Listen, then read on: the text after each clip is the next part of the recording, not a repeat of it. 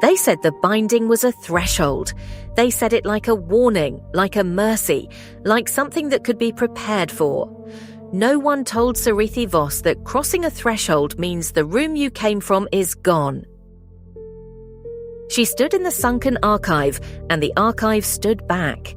The blue-white veins in the walls, which had pulsed slowly for 8,000 years, patient as geology, were moving faster now. Not faster, differently. The rhythm had changed. It matched her pulse. The geometric object at the chamber's center had stopped shifting. For the first time since any of them had entered this place, it held a single form. And the form was a map. The galaxy, rendered in translucent light, hung suspended in the spherical chamber's exact center. 3 points burned on its surface. 2 of them Serethi recognized. The third was behind her eyes. Kael saw her face and crossed the chamber in 4 strides. He had learned, in the months since Dust, to read her silences the way a pilot reads turbulence. Not the noise, but the stillness before it. What he saw in her pale grey eyes, which caught the archive's blue light and held it like mirrors, was not pain. It was orientation. She was pointing herself at something he could not see. He said her name. She did not look away from the map. Dr. Iolan Mars was already at the monitoring equipment, jury-rigged diagnostic terminals she had hauled through the archive's submerged entry shaft, because she had known, with the particular certainty of someone who has watched too many patients believe they were fine, that they would need them. Her augmented diagnostic lenses cycled through spectra as she read the outputs. The numbers she saw made her set down the instrument she was holding with the careful deliberateness of someone who does not want to drop it. Archon Valan Drace had not moved from the flat panel near the chamber's outer wall. His long, ink-stained fingers moved continuously across its surface, not touching the script, tracing it, the way a blind man reads a face. The Progenitor text was rearranging itself in patterns he had spent 30 years learning to decode, and what it was saying now was something he had never encountered in any fragment, any partial translation, any of the Codex's prophetic shards. He read it 3 times before he was willing to believe it was what it appeared to be. The wall said, "She is here." Serethi pressed 2 fingers against her left temple. The third coordinate was not a location in the way that coordinates are locations, a number, a direction, a place you can mark on a chart. It was a sensation, a pull, the specific gravity of a thing activating in real time, drawing power from somewhere she could feel but not name, broadcasting on a frequency that only she received because only she had been rewritten to receive it. It felt like a migraine behind her eyes and a compass needle in her sternum, and the particular wrongness of a sound you cannot stop hearing once you have heard it. She had been feeling it since the binding completed. She had not told anyone for 6 hours. Then Iolan had looked at her monitors and asked, very quietly, if she was experiencing any unusual perceptual phenomena, and Serethi had laughed, a short, raw sound that did not contain much humour, and said that depended on what counted as unusual anymore. Kael said her name again. This time she looked at him. He told her what he had been telling her since the binding completed, in different words, in different orders, with the patient repetition of a man who knows he is right and knows it will not matter. He told her that the coordinate was not a discovery, it was a summons. That the pull she felt was not her instinct, it was the mechanism. That the progenitors had not left a door open for whoever happened to find it. They had built a specific key, shaped to a specific lock, and the key was her, and the lock was wherever the third coordinate pointed, and walking toward it was not a choice she was making. It was a function she was executing. He said it without cruelty. That was the worst part. Serethi held his gaze and did not answer immediately. Behind her, the galaxy map's third point of light pulsed once, brighter than the others. and the binding scars at the base of her skull flared in response, luminous veins spreading another centimetre down her neck in the blue-white colour of the archive's own light. Eolan said, from across the chamber, that they needed to have a different conversation first. She turned her diagnostic lenses on Serethi and read the outputs aloud, in the flat tone of someone delivering a medical assessment they would rather not deliver.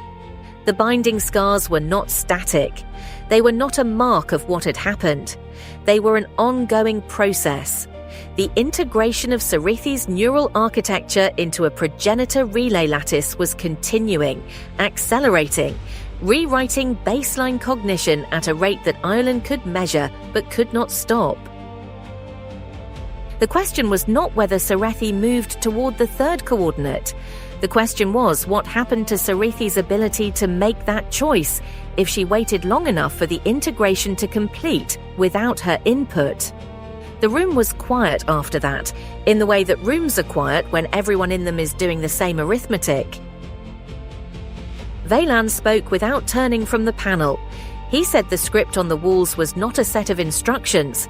He had been translating it for 20 minutes, and he was now certain of what it was. It was a welcome. 8,000 years ago, the progenitors had written a welcome into the walls of this facility for a person who carried the Solibri bloodline and completed the binding and stood in this chamber. They had written her name, not Serethi Voss, the name Marin had given a child found in a wrecked transport's emergency pod, but the bloodline name, the Solibri designation, the name that had been punishable by death in certain systems for 12 centuries. They had written it in the present tense, as if they had known the precise moment she would arrive. Kael's prosthetic left hand closed into a fist at his side, the exposed joint mechanisms locking with a sound like a key turning. He had argued with precision and patience, and the full weight of everything he knew about what the progenitors had done to his family, to his father, to the galaxy they had built and abandoned and now wanted back. And the archive had answered him by writing her name on its walls before she was born. On Ethan Prime, in the Regent's chamber at the upper tier of the throne spire, Lysera Ethanis stood at the head of her conference table and watched the luminous threads of her mantle flicker.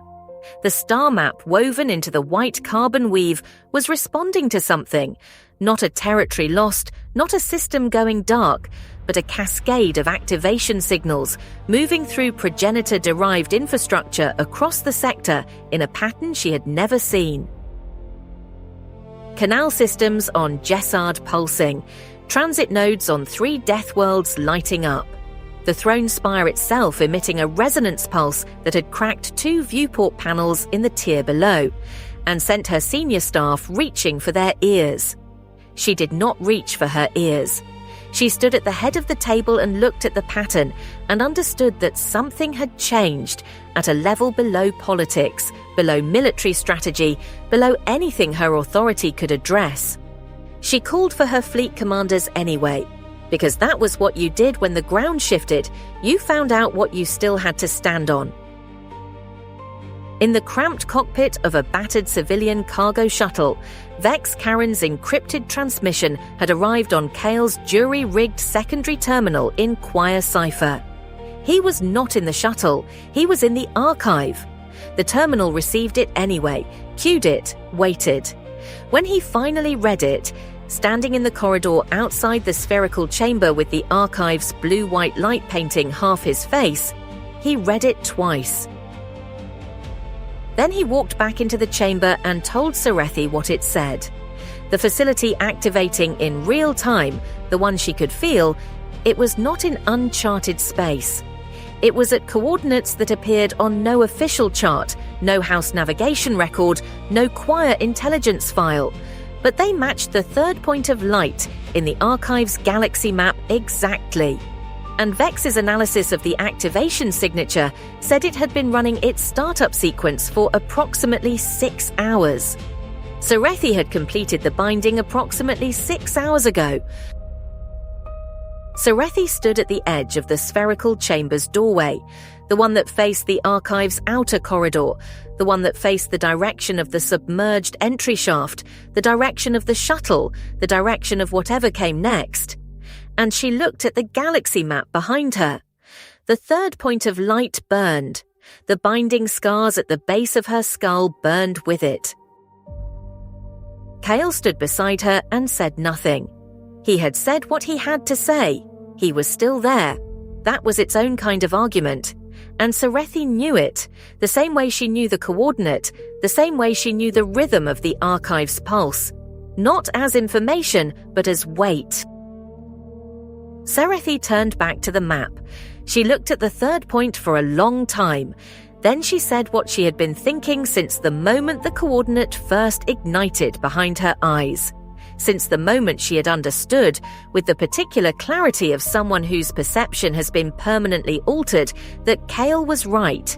She said, "I know." She said, "I know it was built for me.